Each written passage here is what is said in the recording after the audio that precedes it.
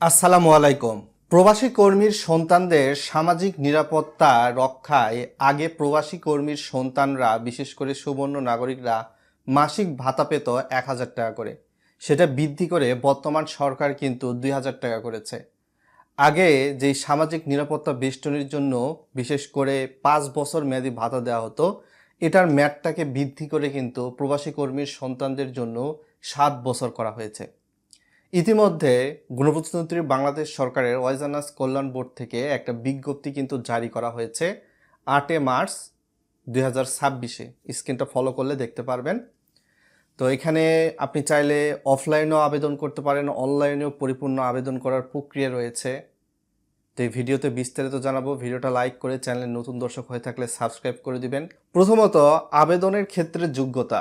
যে সকল প্রবাসী কর্মীর বিএমইটির বহির্গমন ছাড়পত্র বা ওয়াইজানার্স কল্যাণ বোর্ডের মেম্বারশিপ গ্রহণ করেছেন তাদের সন্তানদের জন্য।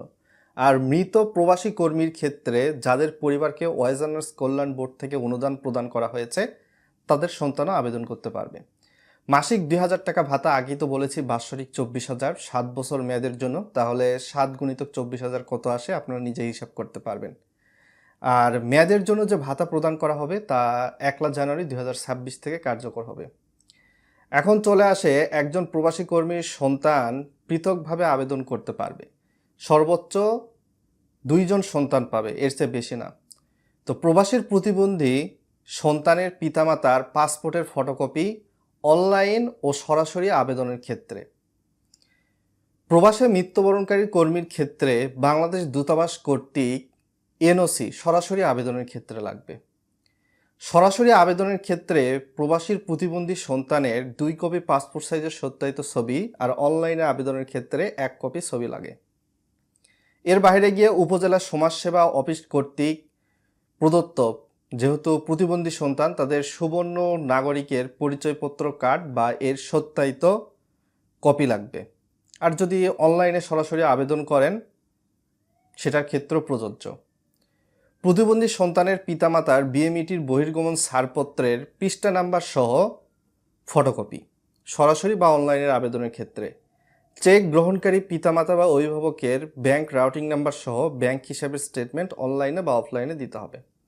তো আবেদন প্রক্রিয়াটা একটু দেখি আমরা। অনলাইনে আবেদনের ক্ষেত্রে portal.wewb.gov.bd এখানে গিয়ে রেজিস্ট্রেশন করে আবেদন করবেন। আর অনলাইনে আবেদন ক্ষেত্রে ১৫ ফেব্রুয়ারি ২০২৬ থেকে ৩১ মার্চ ২০২৬ পর্যন্ত চালু থাকবে, যদিও আমি হয়তো বা একটু দেরি করে ভিডিওটা দিয়েছি।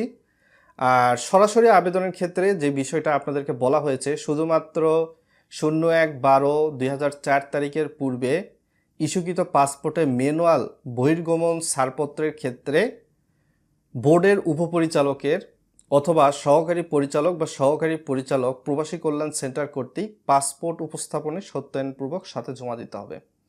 আর সরাসরি আবেদনের ক্ষেত্রে ওয়াইজানার্স কল্যাণ বোর্ডের wewb.gov.bd এই পোর্টালে গিয়ে আবেদন বিনামূল্যে আপনি সংগ্রহ করতে পারেন, বা নিজে চাইলে আপনি সমাজসেবা অধিদপ্তরের গিয়ে সেটার জন্য আবেদনের ফরম্যাট যেতে পারেন।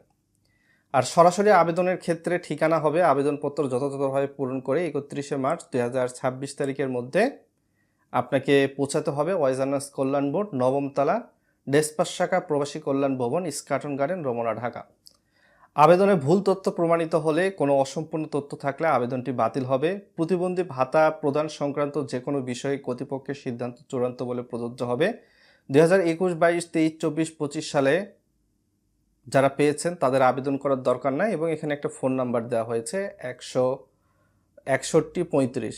এটা আপনি দেশ থেকে টোল ফ্রি নাম্বারে কথা বলতে পারবেন এই বিষয়ে। আর বিদেশ থেকে +88096101011030 এই নাম্বারে যোগাযোগ করতে পারেন।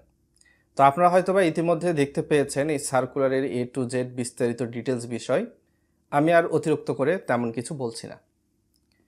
তো বর্তমান সরকার প্রবাসী কর্মীর সন্তানদের জন্য কিন্তু এই সুযোগটা রেখেছে, বিশেষ করে প্রতিবন্ধী। যদি বলেন প্রতিবন্ধী সন্তান ছাড়া প্রবাসী কর্মীর সন্তানদের জন্য আবেদনের সুযোগ আছে, হ্যাঁ। সেক্ষেত্রে অবশ্যই প্রবাসী কর্মীর মেধাবী সন্তানরা যারা এইচএসসি পরীক্ষায় উত্তীর্ণ হয়েছে তারা কিন্তু আবার আবেদন করতে পারবে। সেটার জন্য একটা ভিন্ন ফরম্যাটে আবেদন করতে হয়। আপনি চাইলে wewb.gov.bd এই পোর্টালে যাবেন, গিয়ে রেজিস্ট্রেশন করবেন। রেজিস্ট্রেশন করার পরবর্তীতে এখানে যাবতীয় প্রবাসীদের জন্য যে আবেদন প্রক্রিয়া রয়েছে সেটা কিন্তু আপনি চাইলে করতে পারবেন অনলাইনে। বিভিন্ন সময় প্রবাসীদের জন্য মাসিক সহায়তা গভর্নমেন্ট থেকে দেয়, সেটার কাজও কিন্তু চালু রয়েছে। সরকারি সিদ্ধান্ত কেমন লাগলো, ভালো নাকি মন্দ, ভিডিওর কমেন্ট বক্সে লিখে জানাতে ভুলবেন না।